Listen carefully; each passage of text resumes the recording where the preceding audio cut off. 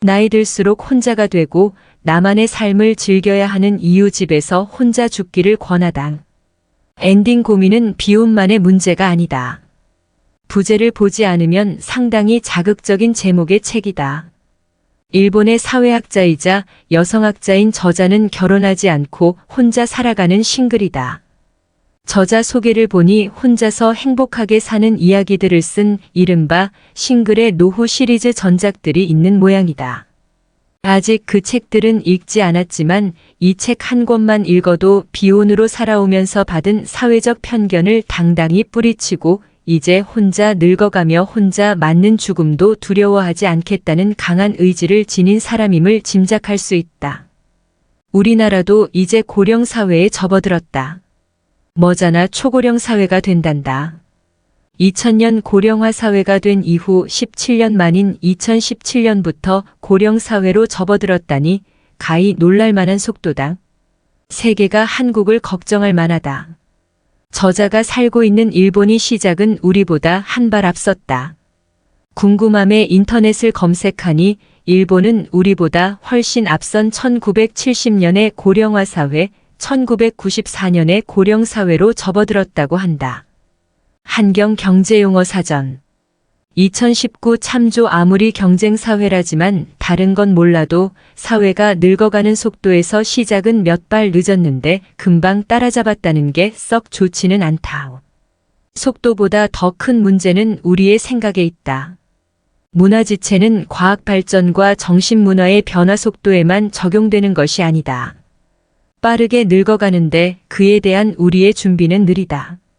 노화가 앞선 일본에서 늙어감이나 죽음과 관련한 담론들이 우리보다 앞서 있음은 어쩌면 당연한 일이다.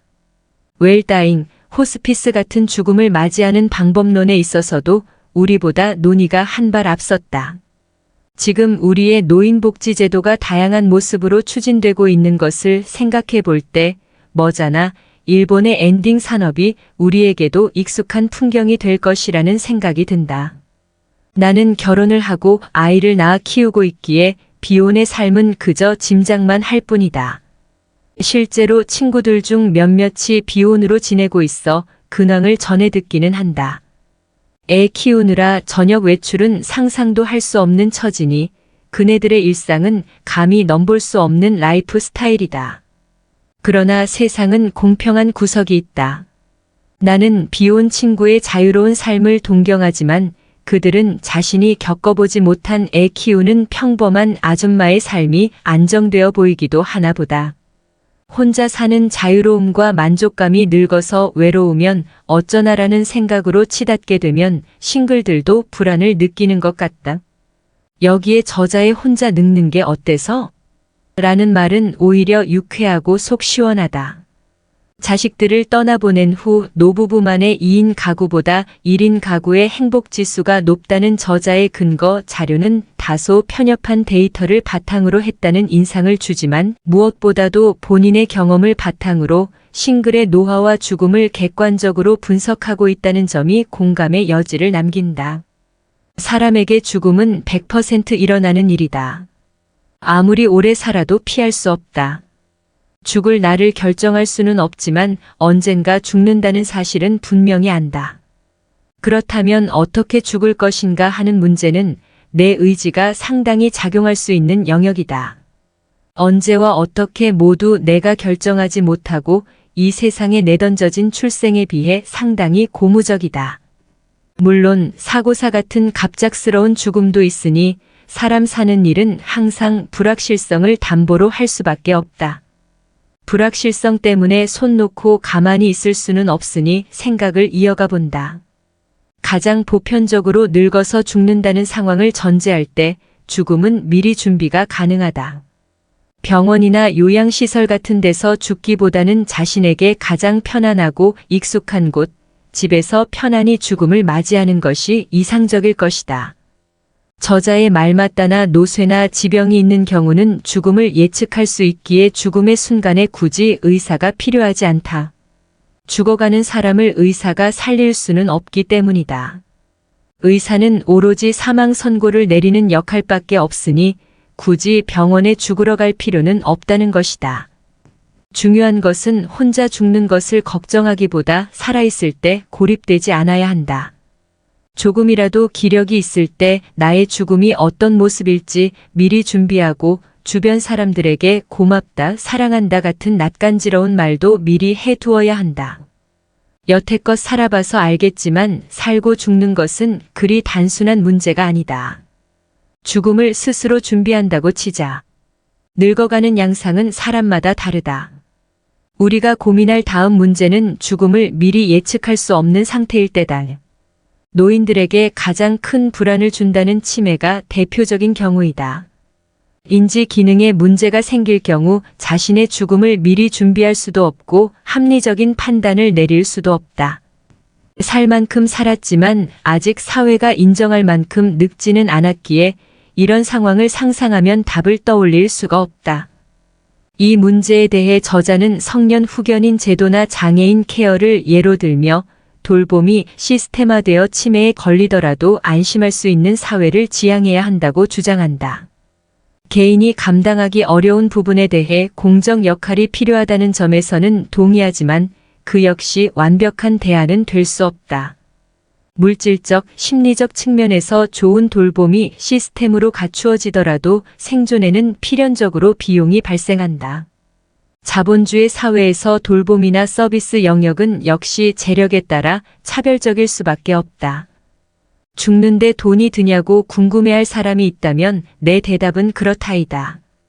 부끄럽게도 나는 호스피스에서 생명이 다해가는 엄마를 두고 1인실 사용 비용에 대해 잠시 고민했었다. 개인적 경험이지만 감염 우려가 있는 경우를 제외하고는 호스피스에서 1인실을 쓰는 경우는 그리 흔하지 않은 것 같다. 가족이 상주하지 못하는 경우가 많고 돌봄은 지속적으로 필요하므로 대부분 다인실을 쓴다. 마지막 순간에 다른 환자들의 심리를 배려하고 가족들만 오롯이 함께하는 환경을 만들기 위해 가는 임종실이 1인실인 듯하다. 순전히 개인적 경험에서 나온 편견일 수도 있지만 이런 경험을 자주 할 수는 없는 노릇이니 편협한 시각이라도 누가 뭐라고 한들 어쩔 수 없다. 코로나 상황이라 보호자의 교대가 까다로웠고 다행히 아이들을 돌보아줄 환경이 가능했었기에 2주 동안 호스피스 1인실에서 엄마를 돌보았다.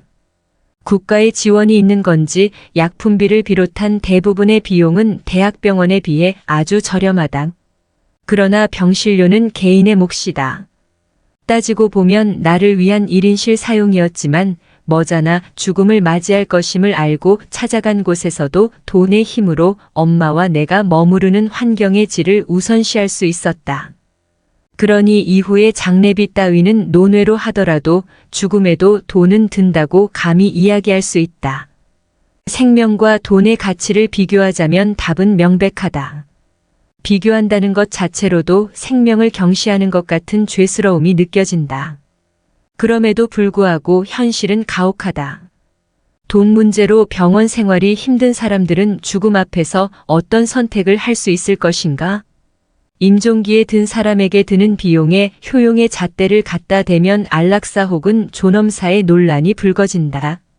이런 논란을 잠재우기 위해 저자가 제시하는 방법은 사전 지시서이다. 우리나라의 경우 연명의료 결정제도에 따라 본인이 사전 연명의료 의향서를 미리 작성할 수 있다. 건강할 때 서명했던 연명의료 거부에 대해서도 아플 때 마음이 달라져 철회할 수도 있다. 그러나 연명의료 거부에 대해서는 신중해야 한다. 내 경험상 연명의료를 하지 않겠다는 동의서를 쓰고서야 호스피스에 입원해야 하는 현실에서 환자나 구호자는 절망감을 느낀다. 어디서부터가 연명치료인지 누가 정확히 안단 말인가? 이에 대해서는 저자도 동의하는 듯하다. 살고 죽는 데는 정답이 없어요. 가족과 직원이 함께 마지막까지 망설이면 돼요.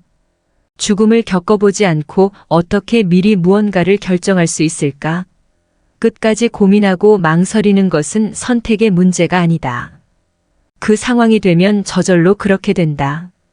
내 가족이 고통스러워하는 걸 알지만 죽음을 재촉하는 모르핀을 계속 놓아달라고 해야 할지 말아야 할지 그 누가 답을 알겠는가? 고통스러운 망설임은 마지막까지 계속된다. 다른 나라에서도 존엄사에 대한 논의가 조금씩 일고 있다.